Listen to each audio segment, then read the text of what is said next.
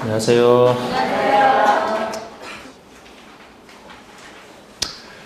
자, 1번 문제 봅시다. 대지의 조경 등의 조치가 면제될 수 있는 그런 건축물이 아닌가. 자, 우리 조경은 대지 면적 200 이상. 대지 면적 200제곱미터 이상인 대지에 건축을 할 때는 건축 면적, 연면적과 상관없이 조경을 해야 되는 게 원칙입니다. 근데 원래는 조경을 해야 되지만 안 할 수 있는, 해도 되고 안 할 수 있는, 면제될 수 있는 이런 건축물을 가끔 물어보죠. 가끔 물어봅니다. 근데 요거 할 때가 한 두 가지만 좀 정확히 해두시면 돼요. 다른 거 바꾸기가 힘들거든요. 예를 들어 건축물의 종류랑 상관없이 녹지나 관농자, 녹지나 비도시라면 자연환경 자체가 훌륭하니까 적용할 필요 없다. 축사, 소대지로 해서 뭐 해줄 필요 없다라는 축사. 가설 건축물 뭐 잠깐 쓰는 것도 가설 건축만 해줄 필요 없잖아요. 대지 염분이 함유되어 있다 해도 죽으니까 뭐 조경 조치가 적용을 하기가 어려워 불합리하다. 그런 얘기를 하면 당연히 안 할 수 있는 거예요. 근데 그런 거 내기는 너무 뻔하니까 항상 두 가지. 작은 공장, 작은 물류시설 그 두 가지. 그 두 가지를 잘 바꿔내잖아요. 여기서 공장이라면 작은 공장이 두 가지 있잖아. 그죠? 공장의 대지 기준에서 또 공장의 연면적 기준으로 따지는 거죠. 우리 대지 기준으로 따지는 것은 5,000제곱미터 미만인 대지. 대지 면적 5,000 미만인 대지 있는 공장. 연면적이라면은 1,500제곱미터 미만. 대지는 5,000 미만. 연면적 1,500제곱미터 미만. 그리고 산업단지 내 공장이라면 크기랑 상관없이 산업단지는 생산에만 전념하는 것이라 산업단지 이 세 가지 공장. 근데 그것보다 물류시설을 더 바꾸거든요. 우리 물류시설이라면 연면적 1,500 미만만 가지고 따져. 대지 면적 안 따지고. 작다는 연면적은 1,500 미만인데 녹지 비도시는 원래 안 한다 그랬고 우리 주상구 중에서도 주상에서는 면제에서 제외되니까 주상에서는 해야 되고 공업지역에서 안 하는 겁니다. 그러니까 작은 물류시설이라도 이 공장은 원래 생산에만 전념하는 작은 공장이라고 안 해도 된다 이게 있지만 물류시설은 주상에 설치가 되어 있다면 아무리 작은 물류시설도 물류시설이니까 물건 찾으러 왔다가 나가고 그죠? 이런 사람들이 왔다 갔다 하기 때문에 주상에서는 적용을 해야 되고 공업지역에서는 별로 왔다 갔다 하는 사람 없잖아요. 생산에 전념해야 되니까. 그래서 공업지역이나 녹지 비도시 안 한다는 것이지 작은 물류시설 1,500명의 물류시설이라도 주상에서는 해야 된다. 그걸 갖고 이제 잘 바꿔내는. 그래서 1번 농림지역에 건축하는 농림지역이잖아요. 농림지역. 2번 도중계획시설에 건축하는 가설 건축물이네요. 3번 대지면적 3,000제곱미터인 대지에 건축하는 공장. 공장은 대지면적 5,000제곱미터 미만에 속하지 않습니까? 3,000이라면 5,000 미만에 속하죠.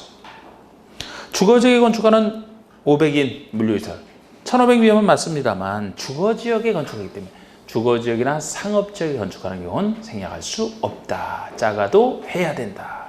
그래서 이게 답이 되는 겁니다. 대지는 염분이 함유되어 있어 조경 조치가 불합리하다? 이거 해도 죽는데 해서 뭐합니까? 이런 것들.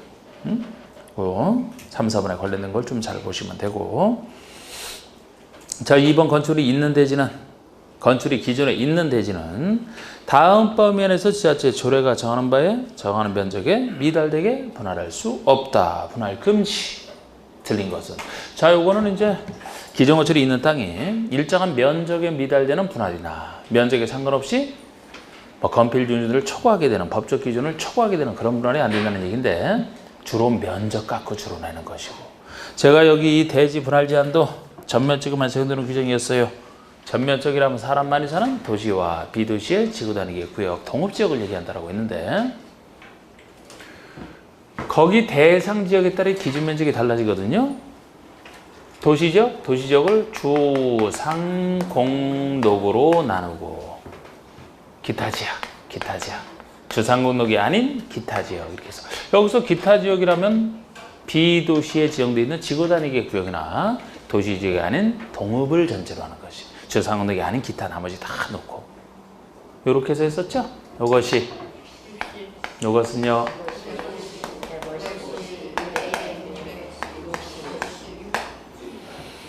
저 60짜리가 요거 두 가지야. 주거지역과 기타지역. 이렇게 놓고 인생주기 60년, 인생주기 60이다. 이렇게 했던 것이고.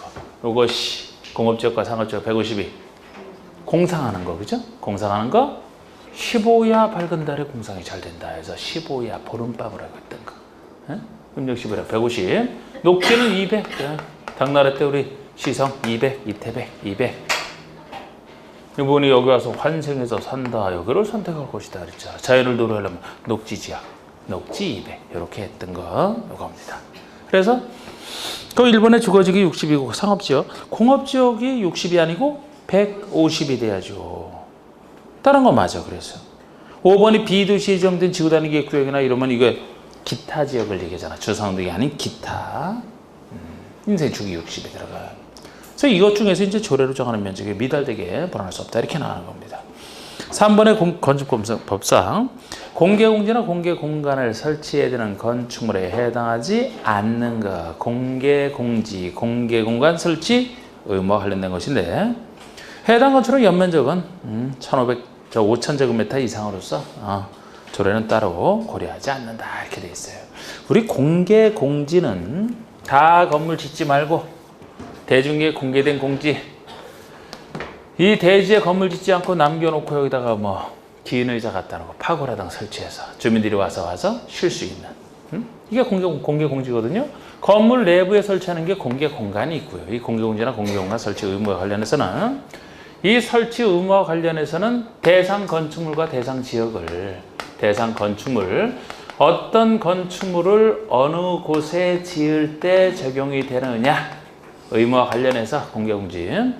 대상 건축물이면 여러 가지 있습니다만 알면 좋지만 이것도 뭐 직접 내지는 아직 낸 적은 없다 그랬었죠. 그런데 이런 대상 건축을 어느 곳에 지을 때 이거는 정확히 여러 번 냈단 말이에요. 이거는.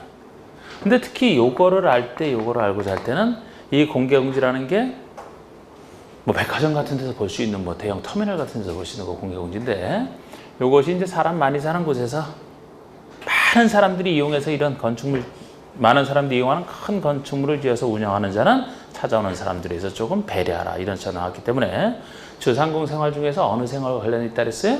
주로 추상생활과 관련이 있다. 공업지역에서는 근무 시간엔 주로 생산에만 전념한다. 뭐 나와서 공개공지에서 노닥거리면 안 되지. 그죠? 노닥거리고 싶으면 이제 퇴근하고서 상업지역이나 주거지역 와서 하라는 얘기지. 주상생활과 관련돼 있습니다. 자, 우리 대상 건축물은 5천 이상을 전제로 하죠? 5천을 전제로 쓰면 느낌 잡으시면 돼. 여기서도 대상 건축물 중에서도 백화점 같은 거 판매시설 같은 경우에는 농수산물 유통시설은 농업인을 위해서 제외한다. 그거 한 번 딱 나왔을 뿐이에요. 지문에서. 그것도 정답 아닌 지문으로. 그러니까 그냥 느낌 잡아서 보통 문화및 집회시설, 대형 영화관 같은 5천 이상인 문화및 집회시설이라든지 아까 판매시설이라든지 또 많은 사람이 이용하는 여객 자동차 터미널 같은 거, 큰 터미널 가도 공개공지 많이 보이잖아요. 또 어떤 게 있나요? 업무시설? 대기업의 어떤 사업 같은데 업무시설. 그 다음에 뭐 그것도 있죠. 숙박시설도 큰 호텔 같은 거 공개공지를 설치해야 되는데 이 대상 지역은 좀 더 정확하게 보시라는 거예요. 이게 아까 주상생활과 관련돼 있더라고. 근데 주거지역 중에서는 전일준, 전용주거, 일반주거, 준주거 이렇게 셋이 있는데 어디에서 지을 때냐? 요건 아니다. 일반주거, 준주거에서 지을 때다. 주거생활과 관련돼 있지만 전용주거는 양호한 주거환경 보호기 때문에 이종 근생도 일반적으로는 여기 못 들어가는 곳이에요. 양호한 주거환경 망친다라고 일반 음식점 포함한 이종 근생이 안 들어갈 정도인데 5천 이상인 대형 문화 및 집회시설이 여기 들어가면 주거환경이 다 망가진다고 보는 거예요. 여기는 안 돼. 여기는 되고. 그 다음에 상업지역은 다 되죠. 그죠? 상업지역은 다 돼. 중일근육 다 됩니다. 그 다음에 공업지역 중에서는 준공업만, 거기도 전일준인데 여기만 된다는 거예요. 여기만. 다 안 돼. 예? 주상생활과 관련이 있는데 주거지역에서는 여기 안 된다니까요. 전유고가. 근데 공업이랑 관련 없는데 왜 여기만 되느냐? 준공업은 공업이지만 주거상업 업무기는 보완이 필요하잖아. 주상과 관련되어 있는 공업이라 그 성질 때문에 여기만 되는 거예요. 이게 공개공지의 기본입니다. 여기에 해당하는 호출을 여기에 해당하는 지역에 지을 때지. 물론 따로 이제 조례가 정하는 지역이 있으시지만 시험 관련해서는 뭐 의미 없고 이 정도 보시면 돼요. 요거를 했을 때 공개공지는 얼마나 확보합니까? 공개공지는 대지 면적의 한도가 10%가 한도다. 그것도 한번 시험에서 내 적이 있고 10%가 한도다. 이런 비싼 곳에 설치하는데 10% 뭐 넘어서 20%, 30% 건축적이 너무 피해갈 거예요. 10% 내서 확보하는 것 자체가 재산권 행사에 방해가 되는데, 그래서 요거를 확보를 했을 때는 혜택 주는 거 있죠? 그 대신 풀어주는 게 있다. 건축 기준 중에서 용적률과 보통 높이 제한 두 가지 기존에 1.2배까지 풀어줄 수 있다. 만약에 설치 대상 건축물이 아닌 사람이 설치를 했다면 혜택 주는 이 완화 규정은 역시 준용을 합니다. 안 해도 될 사람이 했다 그러면 혜택은 줘요. 혜택 주는 거 있고, 뭐 그 정도 얘기 뭐 크게 할 것도 없잖아.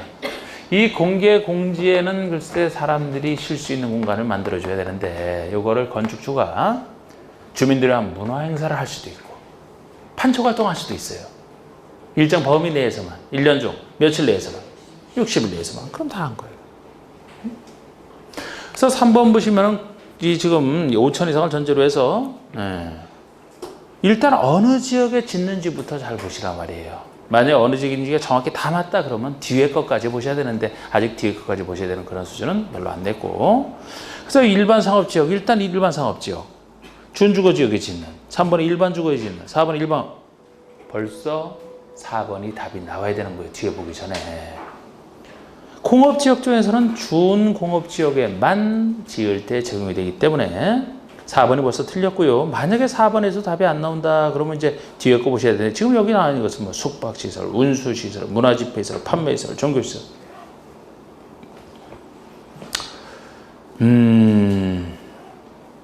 일단 확실히 4번에서 일단 답이 나옵니다. 자, 그 다음에 건축법상 공개공지나 공개공간의 설치와 관련된 규정으로 틀린 것은, 누구든지 공개공지 등에 물건을 쌓아놓거나 출입을 차단하는 시설을 설치하는 등 공개공지 활용을 저해하는 행위를 해서는 안 된다. 주민들 활용하게 하라는 거예요. 물건 쌓아놓으면 활용 못하지 않습니까? 출입을 차단하면 어떻게 들어갑니까? 그런 거 하지 말아라. 상식으로 당연히 맞는 얘기고, 이번에 공개공지나 공개공간 면적은 대지면적이 20%가 아니죠? 10% 이하에서 조례로 정한다. 10%, 최대가 10%. 이 경우 조경 면적과 매장문화재 현 원형 보존 조치 면적을 그 면적으로 할 수 있어요. 그래서 주로 이제 조경합니다. 문화재가 얼마나 묻혀 있겠어요? 조경을 주로 합니다. 그래서 3번에 공개공지나 공개공간을 설치하는 경우 용적률과 건축물의 높이 제한, 보통 높이 제한 규정을 1.2배 두 가지 100분의 120%, 1.2배 이하에서 완화할 수 있다. 법에서는 뭐 건폐율도 0에 위임을 해놨습니다만, 이렇게 숫자 1.2배 나오는 것은 건폐율 아니고 특수 높이 제한, 일직권화분 높이 제한도 아니고 용적률과 보통 높이 제한이 두 가지 1.2배. 4번에 공개공지나 공개공간 설치 대상이 아닌 건축물의 대지에 설치 안 해도 될 사람이 공개공지를 설치한다 그러면 위 완화 규정은 준용한다. 혜택은 주겠다는 겁니다. 공개공지는 연간 60일 기간 동안 조례가 정하는 바에 따라서 주민들이 문화행사를 하거나 판촉 활동할 수 있는 것 최대치가 법에서는 연간 60일. 보통 주민에 관련된 게 60일이 많아요. 공법에 숫자 많지만 주민이와 문화사 주민 60일. 5번의 건축법령상 지역지구의 건축물에 대한 설명으로 옳은 거. 1번 하나의 대지가 주거지역과 공업지역에 걸쳐 있다. 그럼 건축물의 대지 전부에 대해서 그 대지에 과반이 속하는 지역에 대한 규정을 적용한다. 지금 건축법에서 묻고 있어. 건축법에서. 국계법에서 물을 때랑 비슷합니다만 차이점 하나만 제가 알아주시라고 했죠. 여러분들이 국계법 이런 걸 더 정확히 보시는데, 우리 국계법에서는 요 말 대신에 330제곱미터 이하인 부분이 있으면은 330 이하인 부분이 있다라면 건폐율과 용적률은 가중 평균값을 전체에 적용하고, 건폐율 용적률이 아닌 기타 건축 제한은 넓은 지역의 행위자는 전체에 적용한다라는 거 있죠? 그 말 대신에 건축법에 나와 있는 규정을 적용할 때 쓰는 건데, 요게 차이일 뿐이에요. 330 이하에 있든 말든 이런 거 따지지 않아요. 여기서는. 전체 중에서 반이 넘는 부분이 있느냐, 과반이 넘는 부분이 있느냐, 있다 그러면 과반에 대한 행위 제한 규정을 건축허가 대지 전부에 다 적용하겠다는 겁니다. 이게 건축법의 특징이에요. 나머지 얘기는 같아요. 녹지지역에 끼어 있으면 각각 된다는 거 똑같잖아. 그래서 여기 지금 녹지지역 아니잖아. 주거지가 공업지에 걸치는 경우니까 그대로 맞는 겁니다. 요거 하나만 차이점이거든요. 그리고 건축물이 걸칠 때 얘기도 국회법은 거의 같아요. 여기는 고도지에 대한 규정이 한번 봅시다. 그거는 2번, 하여튼 1번이 틀렸고 2번은 하나의 건축물이 걸치죠. 하나의 건축물이 고도지구와 그 밖의 구역에 걸치는 경우 건축물 전부에 대해서 고도지구 간의 건축물에 대한 건축법 규정을 적용한다. 대지에 대해서는 고도지구에 대한 규정을 적용하지 아니한다.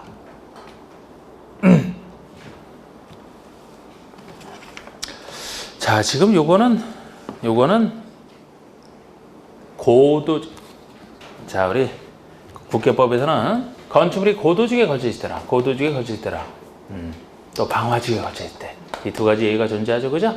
고도지구에 걸쳐 있다 그러면은 고도지구에 대한 규정을 건축물과 대지 전부에 다 적용하겠다. 방화지구에 대한 규정이라면 건축물 전부에만 적용하겠다. 방화지구에 대한 통제 규정은 땅에는 적용되는 게 없어서 그래요. 없어서. 건축물 전부에는 적용된다. 이렇게 얘기를 하는데 요 얘기는 건축법에서는 아예 규정 자체가 없어요. 아예 규정 자체가 없어요. 지금 여기서는 건축법에 나와 있는 규정을 적용할 때 쓰는 얘기거든요. 국회법의 특별법은 건축법. 고도지구 높이 통제하는 것에 대한 규정은 국회법에 있지 건축에서는 규정 자체가 없어서 얘기를 안 할 뿐이지. 나머지 방화지구에 대한 규정 이런 경우는 똑같이 씁니다. 이건 없어서 얘기를 안 할 뿐이에요. 방화지구에 대한 규정은 뭐 방화벽 밖에, 방화벽이 설치되어 방화벽 밖에는 적용하지 않는 똑같이 씁니다. 그래서 지금 옳은 것은 1번이 옳고요. 지금 2번은 이 규정 자체가 없다라는 거예요. 이런 규정이. 이 규정 자체가 없고요. 3번에 하나의 건축물이 취락지구에 걸쳐 있다. 건축허가 대지 전부에 대해서 취락지구 안에 건축물에 대한 규정을 적용한다. 예외는 이것만이라니까 요것만? 네? 요것만 예외 규정이에요. 그럼 예외 규정이 아니라는 건 취락지구는 예외 규정이 아니죠? 그럼 건축물이 취락지구에 걸쳐 있다면 취락지구에 대한 규정은 어디에만 적용되는 거예요? 취락지구에 속한 부분에만 적용이 되겠지. 따로 규정이 없으면 원칙대로 돌아가서 각각 적용되는 것이니까. 그래서 여기는 취락지구에 걸쳐 있을 때 건축허가 대지 전부에 대해서 전부에 대해서 적용한다. 이 규정 자체가 없어요. 이거 취락지구가 속하는 부분에만 적용이 되는 겁니다. 취락지구에 대한 규정은. 4번의 허가권자는 가로구역 단위로 높이를 제한할 수 있으므로 같은 가로구역 안에서 건축의 높이를 다르게 정할 수는 없다. 자, 이건 높이 제한이에요. 가로구역 단위로 높이 제한하는 게 보통 높이 제한이죠. 가로구역이 각각의 거리의 도로 둘러싼 일단의 지역으로 둘러싼 것이 가로구역이고 가로구역별로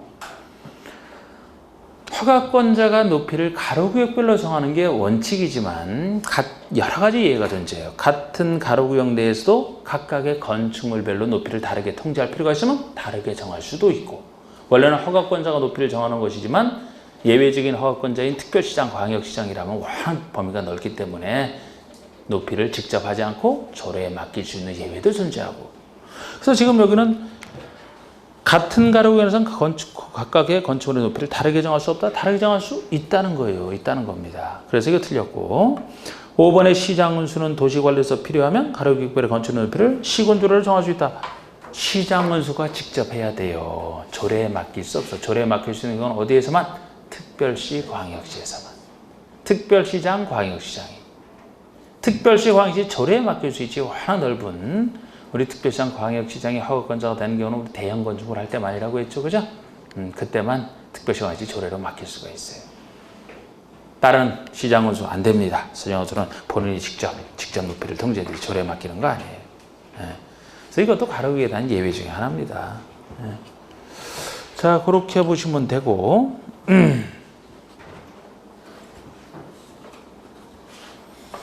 그 다음에 6번에 다음 중 일조 등의 확보를 한 건축의 높이 제한을 받는 대상이 아닌 거. 지금 높이 제한 중에서는 아까 보셨던 가로구역을 보통 높이 제한은 어디서나 적용되는 일반적 높이 제한이고, 이 일조건 확보란 높이 제한의 특수한 높이 제한으로서 요거는 어디에 적용되는지 적용 범위부터 정확히 보셔야 되는. 자, 일조건 확보한 높이 제한은 이렇게 우리가 했던 거, 대지가 있을 때 이 대지 기준에서 정북 방향 대지, 이쪽이 정남 방향의 대지라면은 태양은 항상 남쪽에 떠서 이렇게 비슷한 위치이기 때문에 여기 터무니없이 이렇게 짓게 되면 이쪽의 일조권을 침해할 것이다. 적당한 선에서 이렇게 잘하는 높이지 않습니까?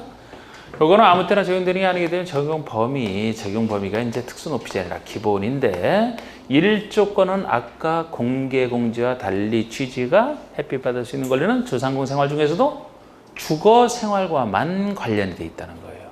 상업 생활만 하더라도 뭐 직사광선 들어가면 제품 변색되고 망가지고 그럽니다. 그래서 이건 주거 생활에서 햇빛 받으시는 거, 주거 생활과만 관련되어 있기 때문에 원칙 요거 따질 때 어떤 건축물을 어느 곳에 지을 때 이 높이 제한 적용 받느냐, 어느 곳에 지을 때냐, 그거부터 알아야 되죠, 그죠? 원칙은 건축물의 모든 중에 건축물은 기본적으로 어디에서 지을 때요? 전용 주거와 일반 주거에 지을 때 적용되는 규정이지, 준주거만 해도 빠져요. 주거지역 중에서 여기만 적용이 됩니다. 기본적으로 준주거는 상업 업무 기능에 보완이 필요하기 때문에 상업과 관련 없는 일주권에서는 오히려 크게 빠지는 거예요. 여기가 대상이지, 여기서 지을 때가. 이때도 여기가 일단 원칙이고, 예외로 건축물 중에서 우리 공동주택은 보통 크기 때문에 공동주택 범위를 넓혔다. 공동주택 범위를 넓혔어요. 범위를 넓혀갖고 여기 아니고 다른 지역에서 지을 때도 적용이 되는데, 아무리 공동주택 넓힌다 하더라도 어디만큼은 안 된다. 중심 상업과 일반 상업처럼 상업지역 중에서도 랭킹 1, 2 제일 비싼 중심과 일반 상업만큼은 아무리 공동주택이라도 토지용도를 아주 높여야 되기 때문에 일조권 확보한 높이 제한을 해서는 안 된다. 전용과 중심과 일반 상업을 제외한 지역에서 지을 때 적용된다. 이게 기본 범위입니다. 이게 범위야. 근데 여기서도 원칙이 바로 정북방에 어떤 높이 제한이 원칙이죠. 정북방에 어떤 높이 제한이 원칙이고 남쪽에서부터 띄울 수 있는 예외가 존재하죠. 남쪽에서 띄우는 것은 예외적 현상이지. 우리 정북방으로 띄울 때도 정북으로 띄워야 된다? 구체적 숫자를 한다라면은 이 정북방에 인접대지 경계선을 띄우는 거리에 따라 높이가 결정이 되거든요. 높이 9m 이하까지는 최소 1.5는 띄워라. 9m를 넘는 부분이다. 그 높이의 최소 반 이상은 띄워라. 이런 식으로 하는 게 정북방의 높이 제한 원칙인데, 이 규정을 아예 적용 안 받는 예외까지도 아직 시험에는 나온 적이 있지만, 그건 뭐 아직 신설된 지 얼마 안 돼서 아직 안 나왔을 거예요. 근데 충분히 알만한 가치는 있어요. 정북방의 높이 제한 규정은 원래 적용 받아야 정상인데, 적용을 안 할 수 있는 경우가 있어요. 적용 안 하면 일조권 여기 해당되더라도 무시할 수가 있죠. 큰 혜택이란 말이에요. 생각나시나요? 그거 말 나왔을 때 그냥 판단해도 되는데, 여기 나오는 숫자 하나라면 뭐 지구단위 구역 등을 몇몇 땅을 전제로지만 그것까지 알 필요도 없고, 이 대지와 대지 사이에 도로가 있는데 이 도로 폭이 20m 이상, 그 정도 숫자. 아주 도로 너비가 20m 이상 하면 이건 넓은 도로인 거예요. 그 사이에 이렇게 하고 있다면 너무 넓은 도로에 의해서 떨어져 있기 때문에 사실상 일조권 침해를 안 할 수 있다고 보는 거예요. 20m 이상. 뭐 그런 도로 생각하시면 되고, 또 이제 말로 하는 거. 지금 하나 했고. 생각나는 대로. 머리가 말을 안 들어요? 안 나와.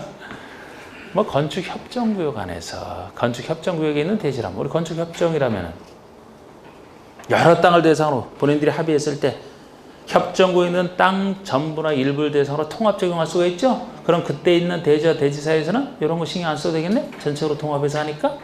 그런 얘기도 있고, 또 하나는 지금 여기 이 짓는 땅을 얘기하는데, 여기서 지금 통제를 하는 것 자체가 무엇을 위해서 정북 방향의 일조권을 확보해 줄 목적으로 하기 때문에 이 대지 기준에서 정북 방에 있는 대지가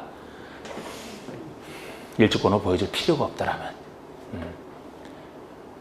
전용주거나 일반 주거지역은 당연히 이쪽에 일조권을 보호를 해줘야 되죠. 근데 전용주거나 일반 주거지역이 아니다, 예를 들어 아니다라면 이쪽 신경 안 써도 되잖아. 그러면 여기가 예를 들어 상업지역이라고 생각해봐요. 이쪽에 이주권을 보여줄 필요가 없잖아. 뭐 그런 경우로 생각하시면 되지.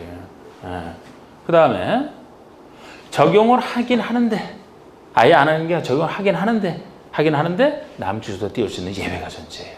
이건 어느 때 남주소 띄울 수 있느냐라는 것 정도로 보시면 되는 거잖아. 그러니까 적용을 아예 안 하면 신경 안 쓰는데 적용을 하긴 하는데 북쪽에서 원래 띄워야 되지만 남쪽에서부터 같은 거리 기준으로 띄울 수 있는, 이쪽에서부터 띄우는 게 유리하다면 이쪽에서 띄울 수 있는 자연법칙과는 어긋나는 일인데 이렇게 할 수는 있다 그랬어요. 크게 두 가지가 있다 그랬죠? 크게 두 가지가. 첫 번째는 새로 미도지를 미개발된 곳을 새로 개발하는. 도시개발이나 정비사업 한다. 여러 개 택지개발 사업 한다 생각을 해봐요. 그럼 기존에 있는 걸 다 이제 부셔버리고 새로 대지 등을 조성해서 공급해 주지 않습니까? 그럼 새로 받은 땅을 원래는 북쪽에서도 각각 띄워야 되지만 남쪽에서 띄워서 이렇게 한다 그래도 어차피 새로 짓는 것이니까 거리는 확보되지 않느냐. 요거 하나. 미개발지를 새로 개발하는 경우. 또 하나는 북쪽 신경 역시 안 써도 되는 경우. 예를 들어 아까 여기가 전용이나 일반 주거지역이 아닌 곳이면 아예 적용 안 할 수 있다 그랬잖아. 적용 안 한다 그랬잖아. 보호줄 필요가 없으니까. 그런데 여기도 전용 일반 주거지역이에요. 그럼 보호를 해줘야 돼. 그런데 여기 들어서는 것이 예를 들어 여기 하천이 흘러간다. 아니면 도로다. 도로가 이미 건설되어 있다면 앞으로도 건축물이 들어설 일이 없겠네. 그죠? 뭐 그런 경우라든지 아니면 이쪽에 정상적인 대지지만 이쪽 대지 소유자와 합의를 했다라든지 이쪽에 일조권을 침해해야 되는 것으로 만약에 돈을 주고 합의를 했다면 이쪽 신경 안 쓰고 남쪽에서 띄우는 것이 유리하면 그럴 수 있다. 어느 때 남쪽에서 띄울 수 있느냐 하는 거. 그 대상만 좀 보시면 되거든요. 그리고 공동주택은 지금 요거를 제외한 나머지 지역에서 진다면 다 적용을 받는다라고 했는데 공동주택도 정북번호 또 높이 제한 이건 기본적으로 받아요. 그런데 이제 그거 외에도 같은 단지 내에 이제 여러 가지 동이 있고 하기 때문에 동과 동 사이에 얼마 띄워라. 아니면 같은 동 아니고서도 뭐 채광창 하는 것부터 얼마 띄워라. 그런 기술적인 부분이 존재합니다만 그런 기술적인 부분을 잘 안 내고 요거 잘 보시면 되고. 그때도 글쎄 그것도 낸 적 없지만 굳이 만약에 원칙적으로 얼마 띄워야 된다는 기술적인 부분 말고 예외적인 규정 해가 가장 짧은 뭐 동질 기준으로 해서 최소 9시부터 오후 3시 사이에 2시간 이상 일조를 확보할 수 있는 거리상을 할 수 있다면 그런 예외도 하나 존재하긴 존재합니다. 일조권을 건너기 제한. 역시 이것 기본 보세요. 한번 6번에 다음 중 일조 등의 확보를 위한 거절의 높이 제한을 받는 대상이 아닌 거. 적용 범위죠. 이 기본입니다. 준공업지역 안에 다세대.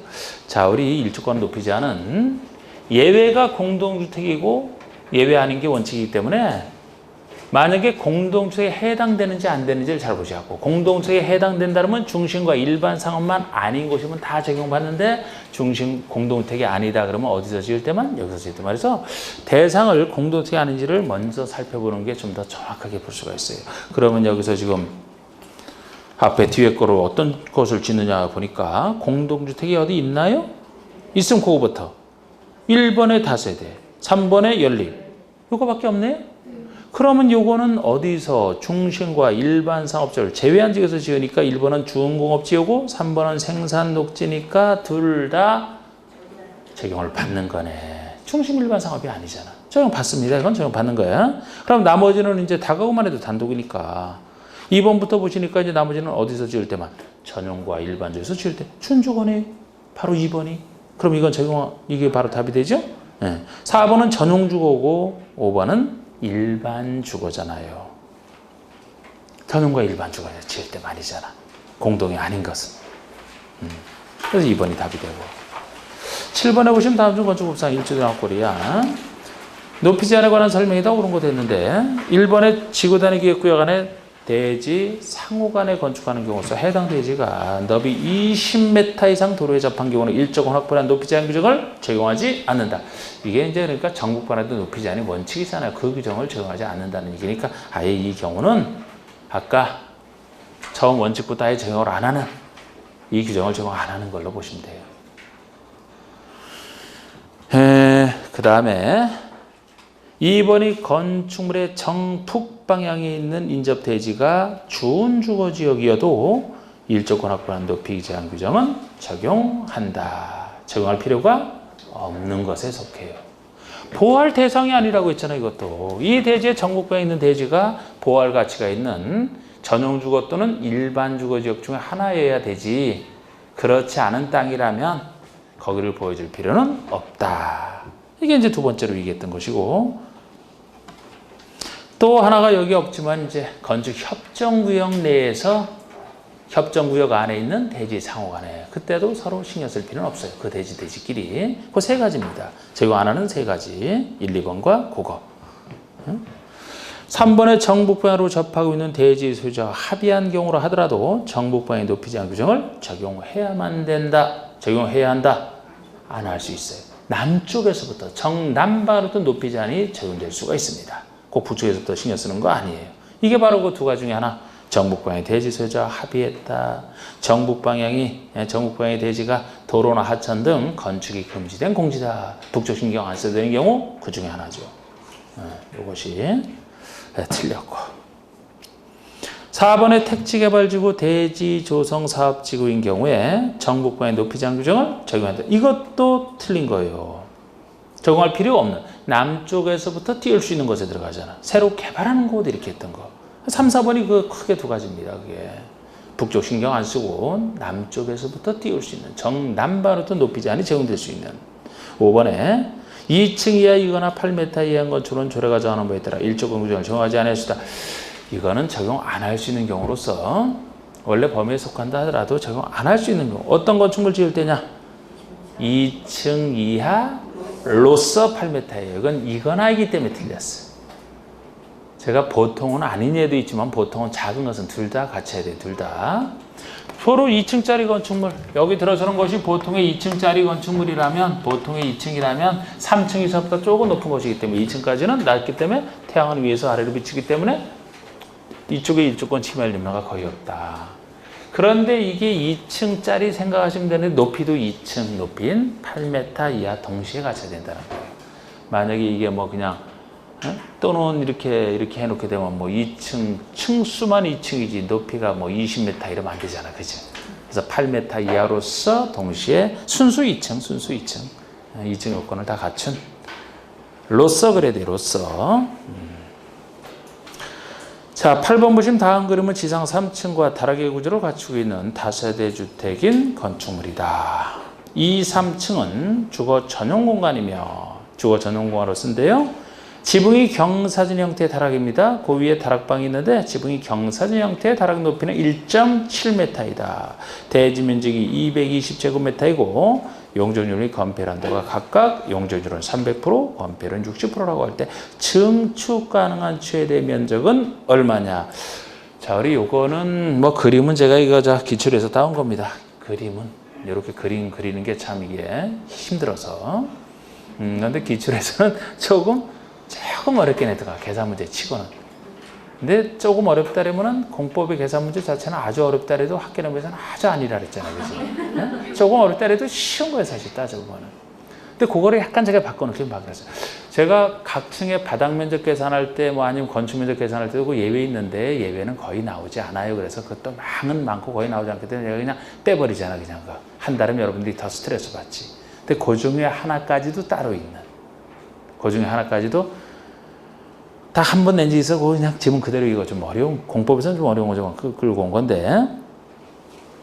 여기서 여러분, 그거잖아. 지금. 일단 증축 가능한 면적을 구하라. 증축을 이 사람은 최대 얼마를 할 수 있냐. 그러면 증축이라는 것은 기존 건축이 있는 상태에서 뭐 늘리는 게 증축이라고 했죠? 그렇다면은 증축 가능한 면적을 구하라. 그러면 원래 주어진 조건에서 최대 확보할 수 있는 최대 연면적이 있을 겁니다. 최대 연면적이 있을 거예요. 최대 연면적은 어떻게 계산하는 겁니까? 최대 연면적은 대지 면적 곱하기 용적률 한도라고 했잖아요. 대지 면적 곱하기 용적률 최대 한도. 그럼 이게 최대 확보할 수 있는 연면적이 되거든요. 원래 확보할 수 있는 최대 연면적에서 기존 건축물의 연면적을 빼면은 이것이 증축 가능한 면적이 되잖아요. 여기 있는 상태에서 짓는 게 증축이다. 그러면 짓더라도 최대 한도 있을 거 아닙니까? 그럼 원래 확보하신 최대 확보할 수 있는 연면적에서 확보하신 최대 연면적에서 기존의 연면적을 빼버리면 이게 증축 가능한 면적이 되니까. 그냥 연면적 구하라면 더 단순한 것이고, 자, 이건 중축. 그럼 이제 최대 면적이 얼마냐라는 것부터 계산을 일단 해보면은, 대지 면적이 220이라고 지금 돼 있죠? 220 곱하기 3을 해줘야 된다고, 300%. 그럼 660이 된다 말이에요. 660에서 이제 여기서 기존의 연면적을 구해서 빼주면 되는데, 우리 기존 연면적 구할 때도, 자, 우리 보통 연면적이라고 하면은 각 층의 바닥 면적 합친 것이니까 지하층이다 보면 각 층의 바닥 면적 합친 게 원래는 연면적이에요. 근데 용적률 산정에 쓰이는 연면적 그거 잘 나왔던 거 그것도 여기다 넣어야지. 지금 여기서 최대 연면적 구하는 것 자체가 용적률을 곱해서 나왔기 때문에 용적률 산정에 쓰이는 연면적 개념에서는 빼주는 게 네 가지가 있다. 사회적으로 설치를 장려하는 거. 용적률이 대지 면적에 대한 연면적 비율이죠. 용적률 산정에 쓰는 연면적에서만 빼주게 되면 아무리 설치해도 산정에 들어가지 않기 때문에 용적률 부담 없이 마음껏 설치할 수 있는 네 가지 있잖아. 네 가지. 뭐를 일단 빼줍니까? 지하층 설치 장려, 지하층 용도상 무조건 다 빼줘요. 지상층 중에서는 일단 부설 주차장 빼줍니다. 영업용 주차장 말고 부설 주차장. 지상이라 하더라도 주차장 빼줘요. 주차장 하도 부족해서 주차장 설치 장려 이렇게 했던 거. 그 두 가지 빼주고 또 유사시 대비한 시설 빼주는 거 있죠? 고층 건축물 중에서 초고층이든 준초고층이든 고층 건축물 중에서 피난 안전구역이 설치되어 있다 빼줍니다. 또 경사지붕 아래에 설치하는 대피 공간 요 네 가지를 빼주잖아. 지하층, 지상층에 부설 주차장, 피난 안전구역, 대피 공간, 부담시설차라고 빼주거든요. 근데 우리 그림에서는 제가 지하층은 혹시 그릴 수는 있어요. 여기는 없지만 지상층 중에서 주차장 그릴 수 있어요. 잘 그립니다. 근데 피난 안전구역이나 아까 경사지구 안에서 했던 대피공간 같은 경우는 그림으로 표현하기 힘들어요. 피난 안전구역 그리려면 30층 이상을 최소 그려야 돼. 그릴 수가 없단 말이에요. 예? 대피공간도 그리려면 11층 이상, 11층만 갖고 안 돼요. 10몇 층까지 그려야 된다고. 그게 11층 이상으로서 11층 이상의 그 면적 합계가 뭐 만 미만 이게 다 표시가 돼야 되거든요. 없잖아. 그래서 자 여기서 이제 빼주는 거 빼주는데 지상 1층 중에서 일단 기존 연면적에서 주차장 빼줘야 되고요. 주차장 빼줘야 되고 다른 것도 빼줄 게 있는지 살펴봐야 되는데 그 옆에 주민공동시설은 빼주는 거 아니고 2층 3층이니까 요거는 주거 전용공이니까 빼주는 거 아니고 다락층을 빼줄 것이냐 말 것이가 문제가 되는데 요 부분 때문에 요거는 난이도가 훨씬 올라간 거라고. 이 부분 때문에 우리 다락층을 바닥 면적에서 빼줄 것이냐 안 빼줄 것이냐. 다락층도 층입니다. 다락층도 층이야. 보통은 집어넣어야 돼요. 연면적이 보통 집어넣어야 되는데 다락층이 높이가 작다라면 작으니까 빼주겠다는 거예요. 근데 이런 다락 같은 걸 지금도 왜 이거를 유지하고 이렇게 하는지 모르겠어요. 그냥 요새 다락 있는 경우가 거의 있나요? 에? 이거 시골에서나 그냥 다락방 같은 거 조금 남아있다고. 또 옛날 집이나 시골에서 요새 이렇게 안 하잖아. 다락방에 올라가 본 적 있습니까, 여러분? 있어요?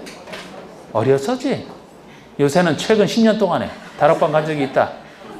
전혀 없을 거예요. 다락의 높이가, 다락층의 높이가 보통 1.5m 이하 빼줍니다.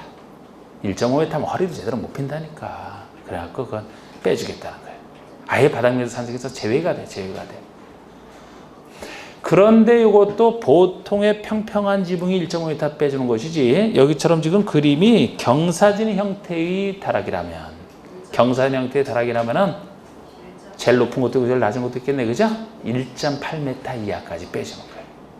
높이가 1.8m 이하. 보통이라면 1.5m. 경사진 형태의 다락이라면 1.8m를 빼줍니다. 이거는 한번 이렇게 낸 적은 있어요. 그래서 지금 이게 경사진 형태의 다락인데 높이가 1.7m죠? 1.7m니까 1.8m 이하죠? 그러니까 이거는 역시 바닥면에서 제외를 해야 돼. 그러면 지금 남아있는 게 얼마예요? 이제 기존 연면적이 370이 되죠? 그래서 370 빼주면 되는 거예요. 그래서 그러면 290을 확보할 수 있나요? 이렇게 되잖아. 그 부분이 좀 이제 조금 까다로운 부분이지. 근데 글쎄 여기서도 바닥에서 아예 이렇게 제외되는 게 참 이게 30몇 가지가 있단 말이에요. 30몇 가지가. 세밀하게. 그걸 어떻게 해, 그걸. 다락만 그림에서 한번 나온 적이 있지. 응?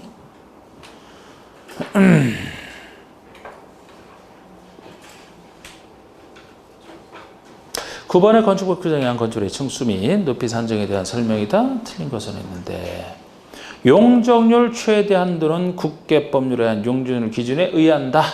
다만 건축법에서 강화하거나 완화하도록 따로 정한 경우는 그에 의한다. 그래서 국계법과 건축법의 기준은 국계법이 일반법이라면 건축법이 건축에 대해서만 다르기 때문에 특별법 관계에 있어가지고 건축법에서도 건폐율과 용적률 규정을 두고 있어요. 두고 있는데 보통 우리 배웠던 국계법상 배웠던 건폐율 용적률 기준 그걸 적용하겠다는 겁니다. 이렇게 정해놨어요. 단 건축법에서 따로 만약에 정해도록 규정이 돼 있다. 강화든 완화든 그러면 그때는 건축법 규정이 우선한다는 겁니다. 따로 정했다면 건축법 규정에 그 따로 정해진 것이 먼저 적용이 되고 없을 때 국계법 적용하는 건폐율도 마찬가지 이런 구조로 되어 있어요. 그리고 2번의 승강기탑, 계단탑, 막루 등의 옥상 부분은 그 수평 투면적 합계가 옥상 부분에 설치된 수평 투면적 합계가 건축 면적이란 비교합니다. 연면적이 아니고 그 건축의 건축 면적의 8분의 1 이하인 것은 층수 산정에서 제외해주는. 하여튼 뭐 다른 여러 가지 얘기들 많지만 연면적 개념이랑 아까 연면적이란 그 층수 요게 좀 더 많이 나는데 우리 층수는 층의 수잖아요. 몇 층짜리냐는 게 층수잖아. 층고랑 다른 개념이죠. 층고는 층의 높을 고자, 층 높이가 층고입니다. 한 개 층의 층고는 여러분들이 밟고 있는 바닥구 주체 윗면으로부터 위층 바닥구 윗면까지 한 개 층고를 얘기하는데 층수는 층의 수를 얘기하는 거예요. 몇 층짜리냐. 그런데 층수에서 제외되는 거 일단 두 가지 있잖아요. 요거 옥상부분에 설치되어 있는 것이 작을 때 이것도 크다라면 옥상층을 하나의 층으로 계산해 줘야지. 건축 면적의 8분의 1 이하인 거. 8분의 1 이하인 거. 이것도 공동주택 중에서 전용 면적이 85제곱미터 이하 작을 때는 뭐 6분의 1 이하까지 따지는 경우도 있어요. 근데 보통 이제 8분의 1 이하인 것은 독립층으로 안 보겠다. 요거 말고 또 빼주는 게 뭐를 빼줍니까? 지하층. 지하층도 층수 산정에서는 빼주겠다는 거예요. 역시 지하층 설치, 장려. 두 가지 빼주는 거. 그 다음에 층수를 계산할 때 역시 하는 얘기죠. 3번의 층의 구분이 불명확하다. 구분이 명확하지 않아요. 명확해야 구분대로 층수를 계산할 텐데 불명확하다. 그럼 높이가 20m인 경우에 5층으로 산정한다. 자, 우리 구분이 불명확하면 성당 같은 것처럼 한 개 층을 4m로 보기 때문에 20m라면 5층으로 산정하는 이렇게 쓰는 겁니다. 4번의 건축의 부분에 따라 층수를 달리 역시 층수에서 나오는 얘기예요. 건축의 부분에 따라 층수를 달리한다. 건축은 모양이 이렇게 생겼어요. 그래서 이쪽에서는 8층, 이쪽에서 4층, 제가 이렇게 예를 들었잖아요. 그러면 층수는 이 층수 제한 취지에서 나온 얘기거든요. 층수를 어디서까지 여러 할 때 평균 층수가 아니고 가장 많은 층수, 가장 많은 층수로 한다는 거죠. 가장 많은 층수. 그래야 이 같은 건축물이라도 제일 많은 층수 기준으로 층수 제한을 해야죠. 이건 평균층 얘기할 게 아니지. 그래서 가장 많은 층수라고 합니다. 가끔 요거 할 때 좀 아까도 나왔지만 가장 높은 층수 이렇게 얘기하는데 많은 층수라고 얘기하는 게 맞아. 높다는 건 이제 높이가 높다 이제 그 얘기인데 층수니까 이게 이제 더 많잖아 숫자가 그지? 그러나 그 뭐 많은 층수라고 높은 층수로 바꿔서 틀리게는 절대 안 내지만 절대 안 내지만 5번의 층고는 방해바둑재 윗면부터 위층 바닥 윗면 이거 층고는 층수라 다르다는 거 이제 알게 하려고 낸 겁니다. 자 우리 10번에 다음의 건축물을 건축하고자 하는 자는 사용 승인을 받는 즉시 건축물이 지진 발생 시에 견딜 수 있는 능력 내진 능력을 공개해야 돼. 그래서 건축물을 다 짓고 나중에 사용 승인을 받되 완성하고 다 짓을 때 이 건물은 지진이 나도 어느 정도 지진에 견딜 수 있다. 내진 능력을 공개해야 되는 건축물이 있어요. 그것도 우리나라가 이제 자꾸 지진이 자꾸 나기 시작하니까 이제 요 규정이 등장한 건데 지금 이렇게 묻고 있지만 여기 내진 능력 공개 대상 이 건축물은 구조 안전 확인 서류 제출 대상과 똑같습니다. 구조 안전 확인 서류 제출 대상과 똑같아요. 작년 문제는 구조 안전 확인 서류 제출 대상으로 물었던 거잖아. 설계사가 만든 건축물의 구조 안전 확인 서류를 착공신고에 제출해야 되는 대상과 똑같습니다. 근데 여기도 숫자가 많지만 제일 많이 바뀐 부분이 1, 2번 얘기예요. 1, 2번 얘기. 그래서 1, 2번 얘기를 잘 보셔야 되고, 이것도 구조 안전 확인 서류 제출 대상으로서 작년에 이제 이거를 물었던 겁니다. 자, 층수가 2층 이상인 건축물에 층수로서는 2층 이상. 2층 이상. 목구조 건축물이다. 목구조 건축물이다. 기둥과 보호 이런 것이 나무 구조로 되어 있는 목구조 건축물이다. 그러면 목구조니까 일반 콘크리트 이런 구조보다는 조금 더 큰 3층 이상부터 좀 더 가볍기 때문에 그건 3층 이상부터 이것도 바뀐 부분 중에 하나예요.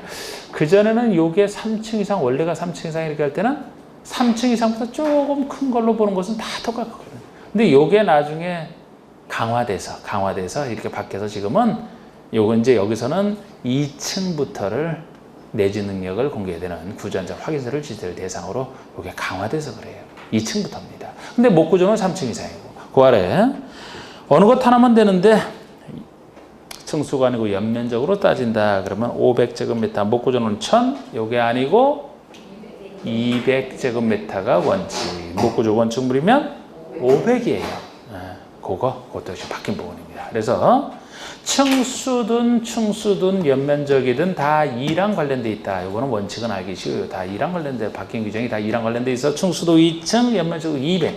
2층 200인데 목구조 건축물에서 층수는 3층 이상, 연면적은 500 이상.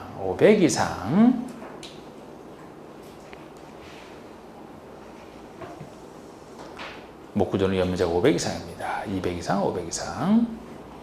그 정도를 좀 잘 보시고 이런 면적과 전혀 상관없이 예를 들어 4번에 단독주택과 공동주택 우리 배웠던 주택이라면 단독이든 공동이든 주택이라면 층수, 연면적에 상관없이 지금은 다 이거를 공개해야 되는 것에 속해요. 이것도 단독과 공동주택에 들어간 게 최근 일이란 말이에요. 최근 일. 작년에 들어간 거예요. 작년에. 그러니까 지금부터 짓는 것이 참 주택은 더 까다롭게 됐다 이렇게 보시면 돼요. 그리고 3번의 기준 이건 뭐 옛날부터 그대로입니다. 높이가 13m 이상. 아이고 이런 것도 글쎄 좀 적당하게 해주면 좋은데 참 제각각이라. 대충 높이가 13m 이상이라면은 한 몇 층 정도로? 3층? 3층, 3, 4, 12. 그럼 3층 이상이라면 그거 약간 그것도 그래서 1번이 바뀌어져서 말이에요. 옛날엔 3층 이상 하면서 높이가 약 3층 조금 높인 주주들 세우고 그래서 그러나 이게 13m잖아. 여기서 처마까지의 높이는 9m 이상이 들어가요. 13에서 4를 뺀 9m 이상. 기둥과 기둥 사이의 거리를 경간거리가 기둥과 기둥 사이의 거리가 10m 이상. 그건 이제 전통적으로 있었던 숫자, 변하지 않는 숫자고. 근데 작년에 낼 때도 그래서 1, 2번 바뀐 거 갖고 냈던 겁니다. 바뀐 걸 가지고. 여기 안 나온 숫자 중에서는 뭐 아까 처마까지 높이는 9m 이상 뭐 그거까지도 있는 거죠. 자 11번을 보시면 다음은 승강기 설치에 대한 설명이 다 옳지 않은 것을 했는데 건축주는 6층 이상으로서 연면적 2층 이상인 건축을 건축하자 하는 경우는 승강기를 설치해야 된다. 승강기도 그 전에 문제 내고 참 안 됐던 건데 제가 구조 조립 패턴하는 것은 한 번 어렵게 냈던 거 다시 잘 안 내는 스타일이라고 했는데 승강기도 제가 지금 이 문제를 만든 것은 최근에 피난용 승강기가 새로 들어갔기 때문에 이것도 이제 과거 거랑 합쳐서 옛날에는 보통 승강기와 비상용 승강기만 있었거든요. 지금은 피난용 승강기까지 새로 추가돼서 그냥 문제를 만든 겁니다. 그래서 보통 이거는 1번은 이제 보통의 승용 승강기 얘기예요. 보통의 승강기. 6층 이상으로서 연면적 2층 이상입니다.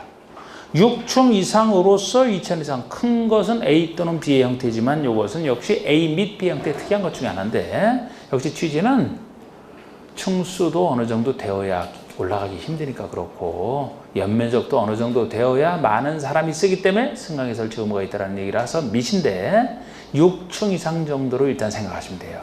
이게 자주 나오면 뭐 그렇지만 자주 나왔던 게 아니기 때문에 그래서 제가 6층 이상 기억하시는 것은 보통 우리 옛날에 지은 아파트 중에서 5층짜리 아파트는 엘리베이터 안 돼 있는 거 많다. 그게 옛날부터 6층부터 승용석에 설치 의무가 있어서 그렇습니다. 그래서 그걸 생각하시면 돼요. 6층 이상에서 연면적 2,000 이상 동시에 갖춘 거. 물론 이때도 2번처럼 층수가 6층인 건축물에 대해서만 예외가 있어요.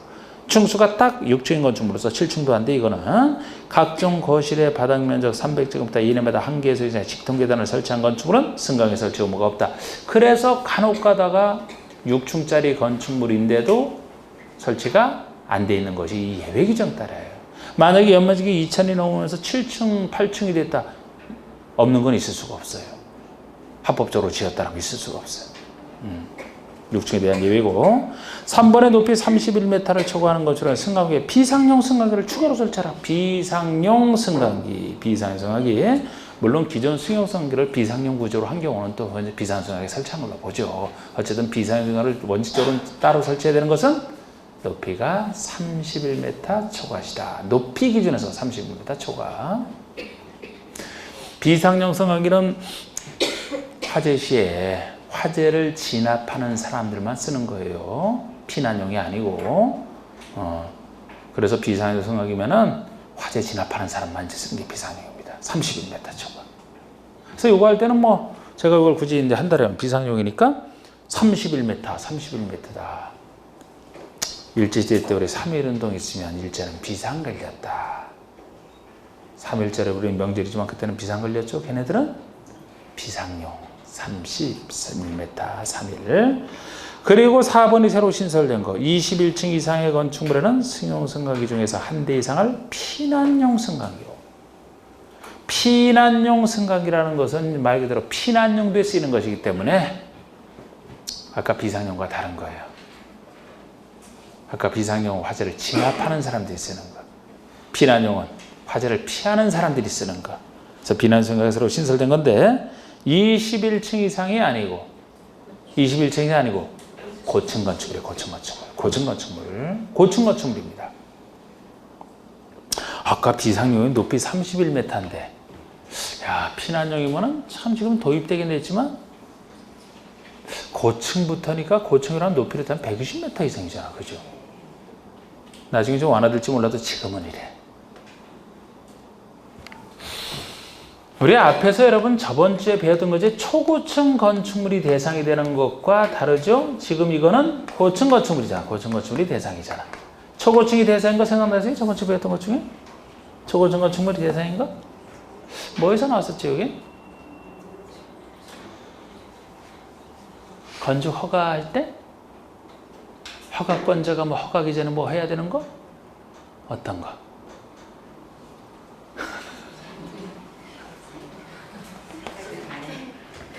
안전영향평가 대상에서 허가하기 전에 반드시 안전영향평가를 전문기관에 의뢰해서 해야 되는 것에 두 가지가 있다 그랬잖아요.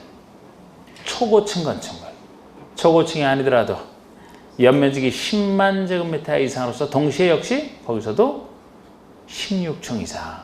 연면적이 10만 이상으로서 16층 이상. 두 가지. 여기는 고층 건축물에 얘기하는 건 지금 피난용이란 말이에요. 피난용. 아까 비상용은 31m 3일짜리 비상 걸렸다 이렇게 해서 기억한다면 요거는 고층, 피난, 고피. 피난하라고 이제 뭐 화재시 피난하고 고피나는 거지 뭐. 고층, 피난이요. 아이고 오늘은 왜 더 힘이 없으신가 이렇게 코피라고 얘기를 해도 그냥 가만히 보고만 있고 아주 그냥 코피라고 얘기하는 사람이 상당히 아주 쑥스러워서 얘기를 못 하겠네. 3.1절 할 때도 아무도 안 웃고. 5번에 2대 이상의 비상승강기를 설치하는 경우에 화재 소화에 지장이 없도록 일정 간격으로 설치해야 된다. 이것 그 전부터 있었던 거 이것도. 그 전에 문제 낼 때도 뭐 자주 나온 거 아니지만 이거 간격을 두고 설치는 안 된다. 그래서 틀리긴 했던. 아니 비상용 승강기를 2대 이상 설치한다면 당연히 간격을 띄워야죠. 이쪽만 비상 걸렸나 저쪽도 비상 걸렸는데 그래야 효율적으로 하지. 붙이면 어떻게? 그럼 저쪽은 어떻게 합니까? 서로 간격을 띄워야 된다는 것도 상식이고. 자, 10분 동안 푹 쉽시다.